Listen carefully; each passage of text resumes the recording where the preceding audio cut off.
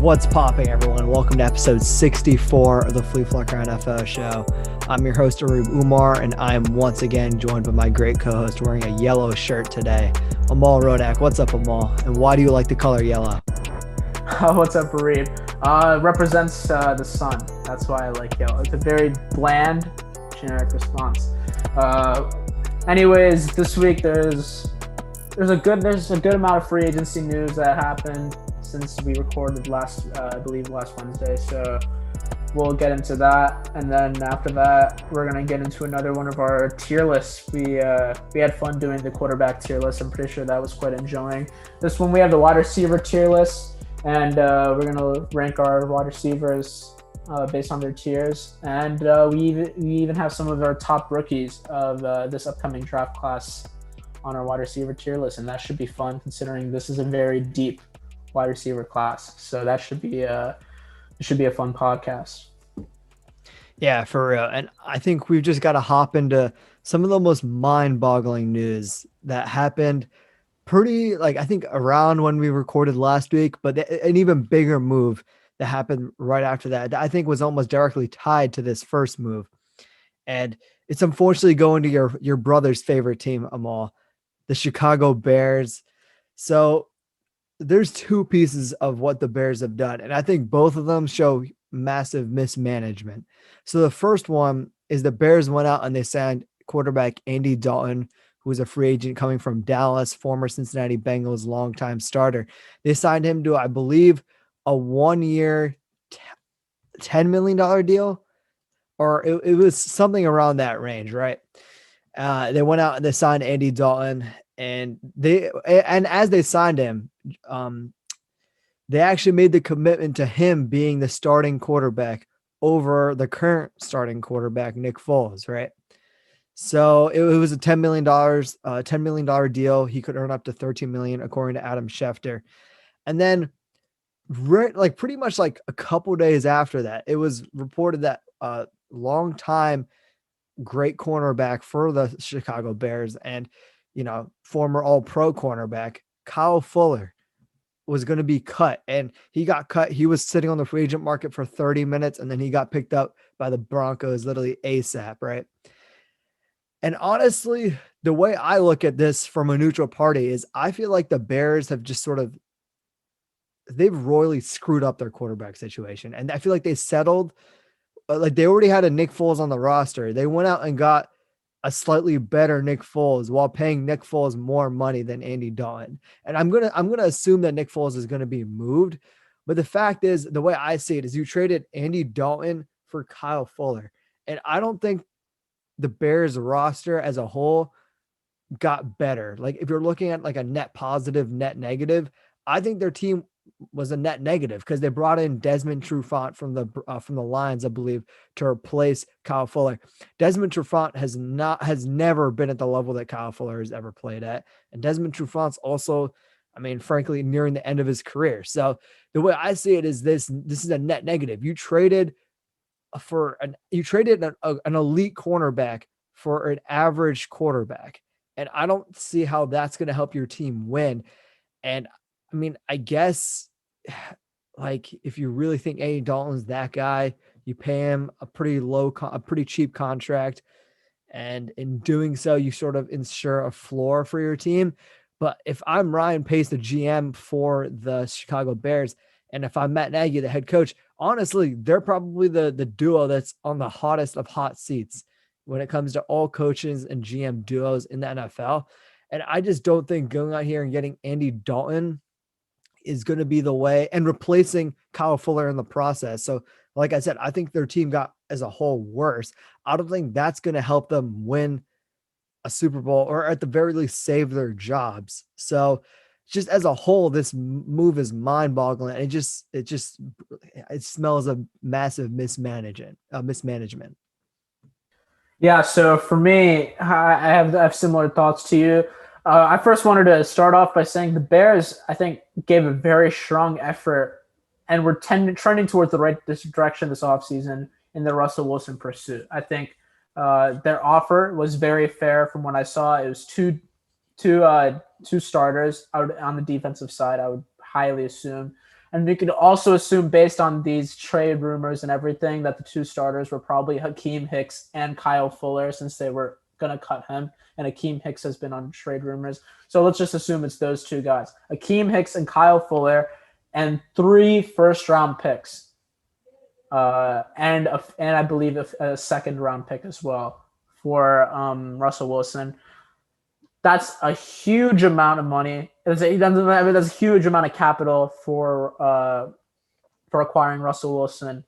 And the Seahawks, I thought it was a fair offer. I mean, if I was them, I wouldn't accept it because you have Russell Wilson. Why would you want to trade him? I thought it's a fair offer. So if they were looking to trade him, I would accept it. But Seattle Seahawks did the right thing and decided to hold firm, say that they weren't interested, and the Bears said, okay, fine. What I don't like with the Bears is how they responded after not getting him and signing Andy Dalton. I mean, there were better quarterbacks. Honestly, Mitchell Trubisky was there too. You could have probably gotten him for cheaper. Gardner Minshew with that DeFilippo offense. I thought that would have made a lot of sense. He's already better than Andy Dalton. And I think he's a better leader. And I think I'd rather take Minshew than Andy Dalton. And also, one thing, Amal, that's worth noting is that this Bears offensive line was ranked as one of the worst offensive lines in all of football. And almost every single mock draft right now, if you're looking at mock drafts from the media, has the Bears drafting an offensive lineman in the first round, right? And having a guy like Andy Dalton, who, I mean, I guess he's kind of mobile, but like if I were really wanted to go all in, I would have just traded. Yeah, I mean, he's not the most mobile guy. I would have, especially with a bad offensive line. We saw it with the Eagles and Jalen Hurts and how mobility is what made him succeed more than Carson Wentz this season. Andy Dalton has no mobility. I would have frankly traded a pick for Gardner Minshew. It would have been like a 6th, 5th, maybe something around there, 4th maybe. And I would have been happy with that. And I think that would have been a better use of my resources, because I would assume Kyle Fuller wouldn't have left. He wouldn't have been cut, and you wouldn't have needed to save that $11 million of cap space for no reason. Exactly. And I think that's where the mismanagement comes in. And there were even better vets, dude. Tyrod Taylor's, I would take Tyrod. There's just a lot of different players that are out there. I mean, Andy Dalton's not a bad quarterback by any means. The Bears went 8-8 last year. They're probably still going to win 6 to 8 games, maybe even 9 games. You never know with this Bears team.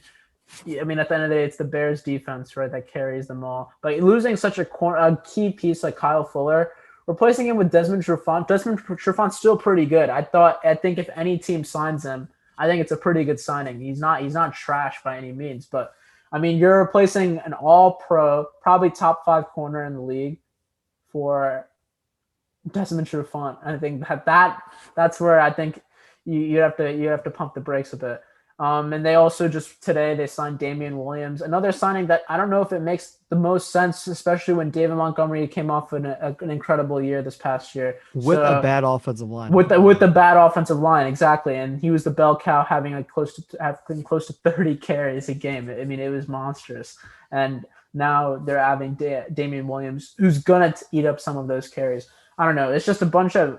I think this is a clear sign that the Ryan Pace era is going to end quite shortly. I think it'll be similar to the firing of the Falcons GM Thomas Dimitrov, and I think with a bunch of mismanagement, miscalculations of how to run the team for the future, I think Ryan Pace will be fired, and it wouldn't surprise me if Matt Nagy joins him at the end of the day, because this is just insane. It's crazy to think about this, Reeb. The Matt Nagy was Coach of the Year in 2018, and it's crazy how things can change in just a matter of 3 years, and how he can have such a bad reputation as a coach. And I mean, it's incredible what's been happening with this Bears franchise.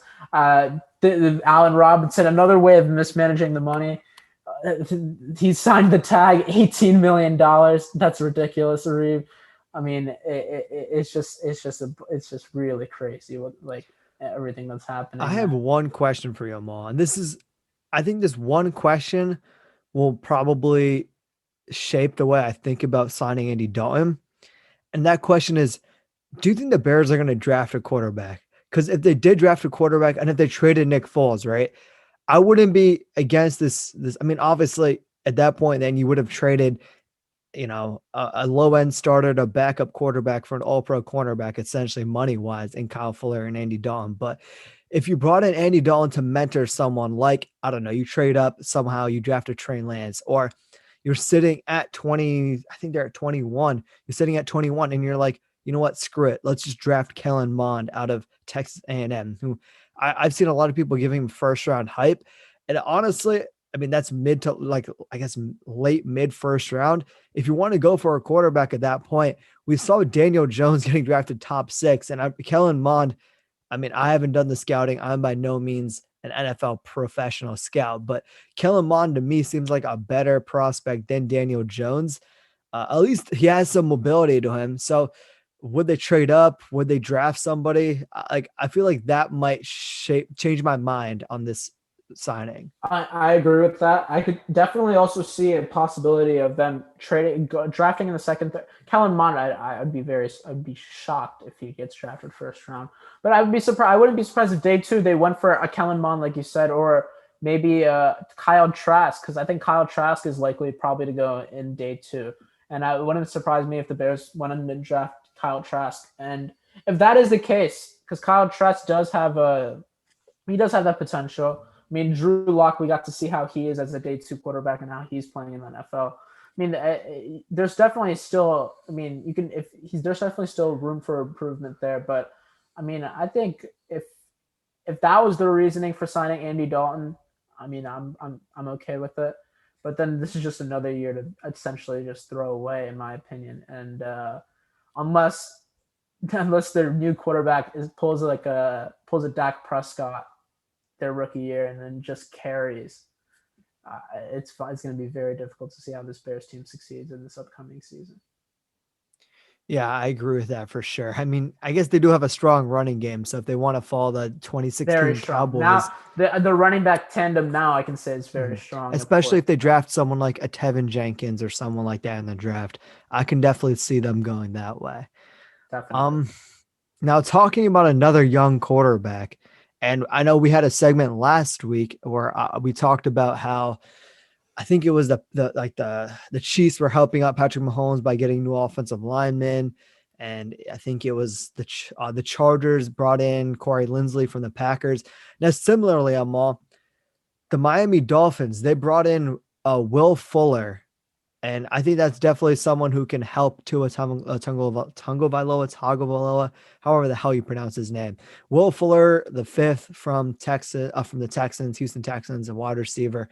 I mean, his mojo is all about speed. I believe he was signed to, he's going to miss one game. So I think his contract is exactly like $10 million. I really like this move, Amal. I think it makes wide receiver less of a priority in the first round. You can go out and you can draft an offensive lineman, which is going to help protect Tua, protect your rookie quarterback who's coming off a hip injury in his last season of college. You're opening up the running game. And if you draft a running back like a Travis Etienne, a Javonte Williams, Kenneth Gainwell, Najee Harris, I think it's going to open up your running game, which is also going to help Tua. And also, you're just on top of that, you're just getting a pretty damn good player in Will Fuller. He was on pace for, I believe, 1,200 yards last season before he got suspended for PEDs. So you're getting someone who's a deep threat. I think, I don't know if he's necessarily the most reliable. He's definitely a kind of spotty player. Some days he goes out for like 200 yards. Some days it's like 25 to 50. But you're getting someone who I think is explosive enough to help the offense. And I guess it's another example of what you got to do to help a young quarterback. You've got to draft weapons. You got to draft offensive linemen. And I just like that the Miami Dolphins haven't. I don't know if this move is like necessarily showing like solidarity with Tua, but at the very least, you're willing to invest in your offense, whether it's Tua or Deshaun Watson. Who knows what's going on with Deshaun Watson right now with his legal troubles. But still, I think I really like what the Miami Dolphins did with Tua by getting Will Fuller here. I really like that move. Yeah, I mean, I thought that was a good move. I think this probably pumps the brakes on them drafting a wide receiver at that high in the draft at 3. I could see them maybe even trading down to like a Carolina. Maybe they could draft a receiver at 8, maybe if Waddle's there. But like you said, I think you're right. I think this is probably now, I think this is a safe point to say that the wide receiver is not as much of a need as it was before because Will Fuller's a stud, man. Yeah, maybe PEDs could have affected his excellent play, but even before that, Reeb, as a wide receiver too, when the Texans were in a complete shamble, he was performing very well. He was just injury prone, but I think overall, I think this was still a very good signing. Him, Devontae Parker, Preston Williams, I think that's a great tandem to have in Miami and to help Tua Tagovailoa out. So, I'm definitely a fan of this signing. Um, we can move on unless you Kenny have anything else to Galladay, add. Yeah, probably, Kenny right? Galladay. Kenny Galladay is probably the next one that I was going to get into. Kenny Galladay signed with the New York Giants. This signing kind of was out of the blue for me. It still didn't make any sense. It doesn't make any sense for Reeb still to this day. We said last week Bengals made a lot of sense. The Ravens made a lot of sense. The Giants make no sense to me. 4 years, 72 million. I guess he wanted to be in the New York market. Fair play to him. I thought this was a lot of money though for Kenny Galladay, 18 mil a year.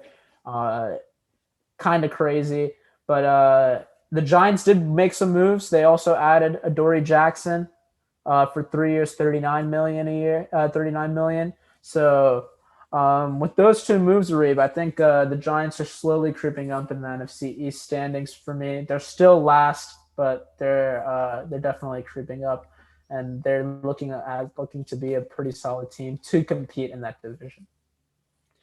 Yeah, for me, what this shows is you already have James Bradbury from last free agency class, right? You brought in Dory Jackson, 3 year, $39 million.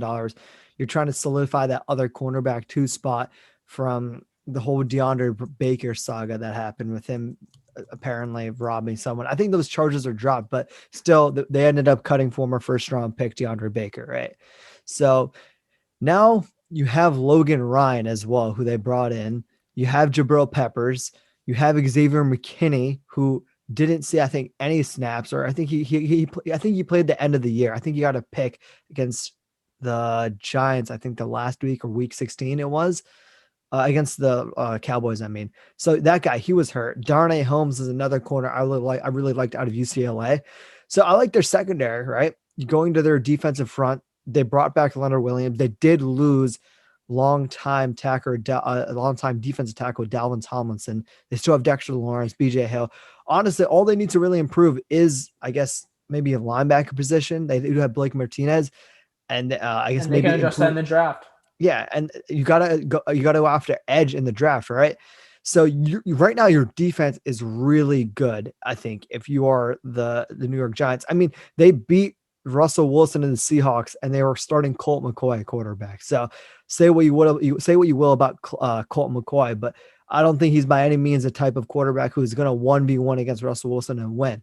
Like just massive Yeah. props to this defense. Second of all, you already have, I think, a really good culture that was established by Joe Judge last season. They only won 6 games, but I think you established that hard sort of blue collar mentality that you'd like to see for your team, grinding it out.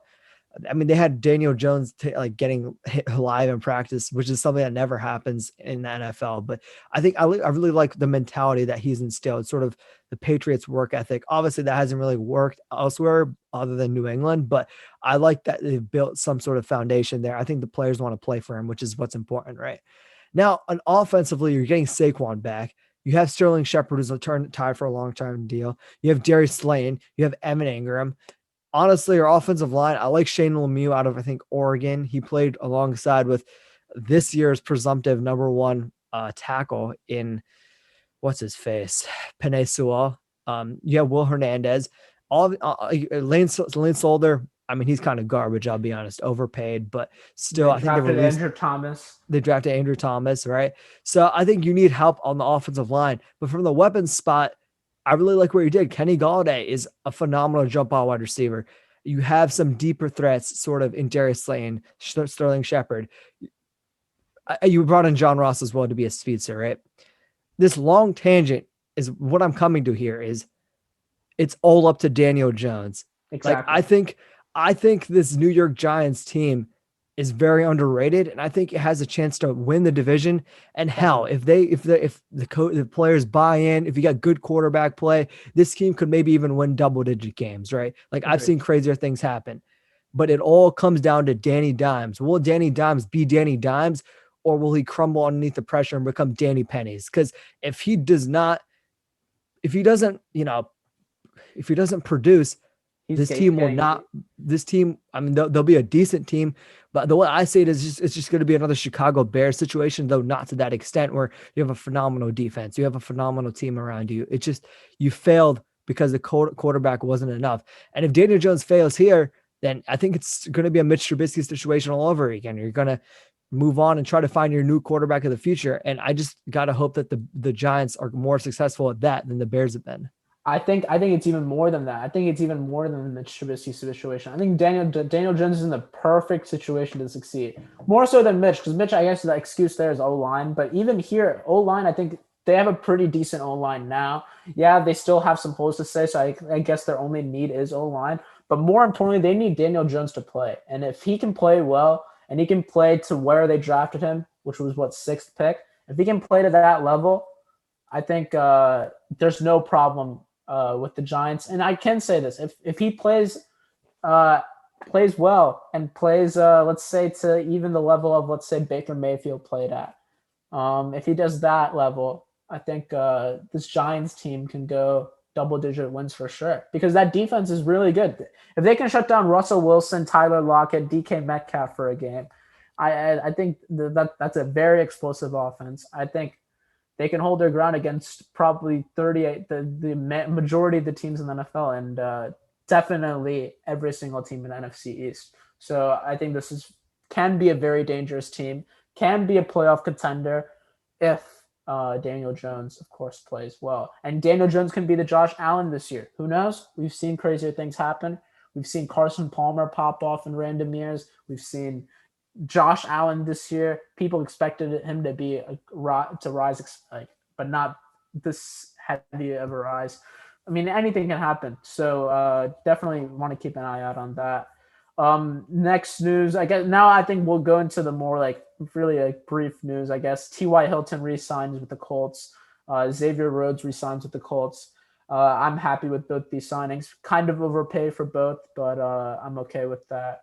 I want your thoughts, though, Reeb, on the Anthony Harris signing and Joe Flacco signing, because I'm a fan of both of those signings personally. Yeah. So as an Eagles fan, the Eagles brought in Joe Flacco for, I think, a 1-year, $4 million deal. I like it because I think Joe Flacco at this point of his career, he's not challenging anybody. There isn't, for the first time in 4 years of them all, there isn't a quarterback controversy in Philly, right? Unless they draft somebody. So knock on wood, they don't. I mean, actually, Yeah, I wouldn't be. It's too early to say that. It's too early to say that. If they drafted a Justin Fields, I wouldn't be against it as long as they traded Jalen Hurts in the process, right? On draft day, they got rid of him. But there's no quarterback controversy. You're getting someone who I think can be some sort of mentorship. I mean, this guy had probably arguably the best playoff performance ever in ever, and all of history, in all honesty, in his 2012 run, I think it was his 2012 run with the Baltimore Ravens. So you're getting someone with playoff success. And Joe Flacco, in my opinion, is bad enough to where if Jalen got hurt, I would not be afraid that this team would accidentally win games and that we'd get a draft pick that a worse draft pick, essentially. He's bad enough to where I'm like, you know what? I trust him enough to keep the team sort of afloat, but he's bad enough to where they're going to lose games and they're going to get a better draft pick, which is what the Eagles need even next season, unless this team is somehow miraculously good next season. Right. Anthony Harris. I need to do some more looking into Anthony Harris, but from what I've heard, we both know he's a phenomenal player. I think top 10 free agent, I think, in this class. Yeah, I think he was graded as one of the best safeties according to PFF, right? So I really like that aspect of it.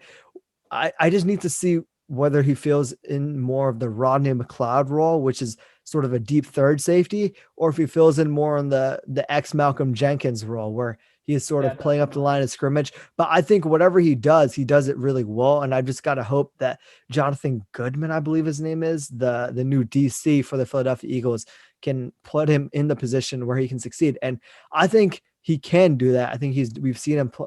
We've seen him play Darius Leonard the right way. We've seen him play players like Malik Hooker the right way. So I think there's no question in my mind that he'll play Anthony Harris the right way. And it's a steal of a deal. 1 year, $5 million for one of the better players in this year's free agency class. So I really like that aspect of it. Yeah, definitely. And then like lastly, we're gonna go. Lastly, Juju Smith-Schuster re-signing. This one kind of stood out to me. Not too, I mean, at the end of the day, the market wasn't extremely big on him. Baltimore, Philly, and Kansas City offered him more money, but he still took the deal in Pittsburgh. I think this will probably be his last year in Pittsburgh because I think Big Ben, this will probably be his last year. And I don't know if Juju is up for starting over with the new quarterback. So we'll see how that goes in Pittsburgh in his last year there. That's my opinion. And then any other news? Deshaun Jackson going to the Rams. I guess that's the news. But yeah, other than that, not really anything else to read. We can move on unless you have anything else to add. I did want to talk about the Deshaun Watson situation, but I think it's too early, way too early to talk about anything because everything's just allegations at this moment, and there's no substance to it. And I think we just have to wait and find out. Innocent until proven guilty. So I think that's. And if he is proven guilty, his contract's getting voided, and he's probably never going to play in the league ever again. Yes, so, exactly. So we have to just wait, and that's why I don't even want to talk about it. I don't want to give it a potential to talk about it. Keep it positive. I don't want to even talk about any potential Deshaun Watson trades anymore because those are all up in the air currently. Exactly. And it's related to that exactly, right? Because teams are still taking, I guess in terms of news, teams are still calling for Deshaun Watson regardless of this. And they don't really care. They think, I guess they're operating in high hopes, both parties. So let's hope for the best. I'll put it that way. Mm-hmm. And now we can move on. One more story, Amal. One more story that, and I think I've talked a lot more about this story than I think I've seen any other person on football media, if you'd call us football media, talk about. Isaiah Wilson, former Tennessee Titans first round pick, former Miami Dolphins player who got traded like 2 weeks ago. He has now been cut, and I believe he got arrested at gunpoint today because he was speeding at 140 miles per hour. And dude, I've said it so many times. I like speeding, bro. But I not 140, bro. Not 140. That's insane. that's too much. I mean, I've said it so many times, Amal. This guy clearly does not. Like we're college students, right? But I think we can clearly say that we have more maturity than Isaiah Wilson to the point where if we were handed an NFL starting job, I don't think you'd see us partying around and speeding and breaking COVID protocols and partying and doing all that stuff, wasting your opportunity to become a millionaire. No, because you got into the NFL because of the work you put in. And if you're not putting that at least the same effort you put in college there, then what the hell is the point of you even playing? Like, it doesn't make any sense. Yeah, and this is funny because I was just listening to an interview, actually, and it was an interview. The person who was getting interviewed was Ryan Leaf, former bust for the LA Chargers. He went to prison multiple times, which is where Isaiah Wilson is probably going to go, right?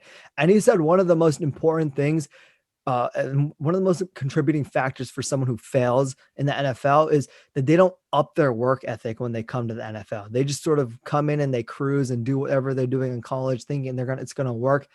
Well, spoiler alert, you're part of the 0.00001% of athletes. Everyone here is talented in the NFL. And if you don't work harder than everyone, you're going to end up on the bottom. And Isaiah Wilson clearly did not work hard enough. Clearly was too busy speeding. And again, I just feel bad for him. And I guess it's weird because I'm feeling bad because he's older than me, but I just feel bad because I feel like he wasted an opportunity. And if Brian Flores cut him after 2 weeks, he knows the kid. He knows that they went to the same high school, I believe. That was his best opportunity to bounce back. If Brian Flores gave up and cut him within, I think 2 weeks it was, then it's clearly evident that this guy has no idea what he's doing, has no drive to play football, and he's going to look back at his life probably in 5 years and be like, what the hell was I doing? And I just feel really bad about the whole situation because obviously I never want to see someone like regret something, especially like you can have small regrets like, oh, I wish I, didn't talk to this person at school or whatever it might be, right? I wish I didn't This drive this is this is a car that day. lifetime regret. This is the biggest thing. This is your career. And Yeah. this isn't just a normal career like medicine or, podcasting or whatever. This is the guy's an NFL athlete who made millions of dollars and was going to make millions of more. And Prepared his now he's, life to play it. yeah, I mean, he could have set his family up in the future for the rest of his life, for the rest of their lives, for maybe even his grandchildren for the rest of their lives. And that's probably never going to happen now. And it's just a calamity. Yeah, I mean, it's very disappointing to see. I think it's not. I mean, I think he needs to get help. I think that's probably the first way he can look at it. He can still turn things around. It's never too late. Um, I don't want to give up on him because I think there are people that turn their careers around. Tiger Woods did it with football. He was in a drug Michael addiction. Vick. With golf. My bad, not football. Michael Vick did it when he was with the Falcons, and he 2 years out of the NFL played with the Eagles, and he succeeded there. It's definitely possible. I'm not going to hold it out for him. He still, he has high potential. Otherwise, he wouldn't have been drafted in the first round. I mean, not many tackles may get drafted in the first round to begin with, and he was in the top 30 picks, man. Top 32 picks, and I think at the end of the day, if he can somehow remove the distractions around him and just focus solely on getting better at his craft, I think he has very high potential. But we need to see him get help at the end of the day, and he's right now probably going to be headed to prison, and maybe rehabilitation could be on the way for him. And that is all we've got for this podcast this week. I'm going to have a tier list out for our wide receiver tier list rankings sometime next week. But other than that, that is it from me and Amal. Thanks for listening. Peace out and bye.